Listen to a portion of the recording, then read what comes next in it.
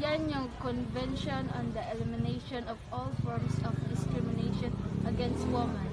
Bakit mo natanong?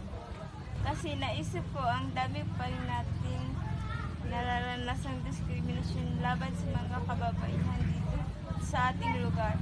Gusto ko lang gawing advocacy ang SIDAW para matulungan ang mga kababaihan na magkaroon ng pantay-pantay na karapatan. Tama ka Talab. Marahil kung mas maunawaan ng ating mga kababaihan ang kanilang mga karapatan ay mas magiging empowered sila na ipaglaban ito. Biglang pumasok ang isang lalaki na may dalang kape. Magandang umaga sa inyong dalawa.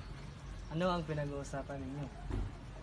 Nag-uusap pa kami ni Maria tungkol sa SIDAW at kung gaano natin ito magagamit bilang advocacy para sa kababaihan. Narinig ko rin yan. Pero di ba dapat pantay-pantay lang ang karapatan ng lahat, hindi lang ang kababaihan. Tama ka, EG. Ang SIDAW ay hindi lang para sa kababaihan, kundi para sa lahat ng tao. Upang wakasan ang lahat ng anyo ng diskriminasyon, kasama na ang gender discrimination. Kaya importante na tayong lahat ay makiisa at suportahan ang SIDAW. Hindi lang para sa kababaihan, kundi para sa kabuuang lipunan. Tama kayo. Ako'y sumasangayon sa inyo. Paano ko ba maaring makatulong sa inyong advocacy? Maraming paraan, EG. Maaari kong maging tagapagtaguyod sa iyong komunidad.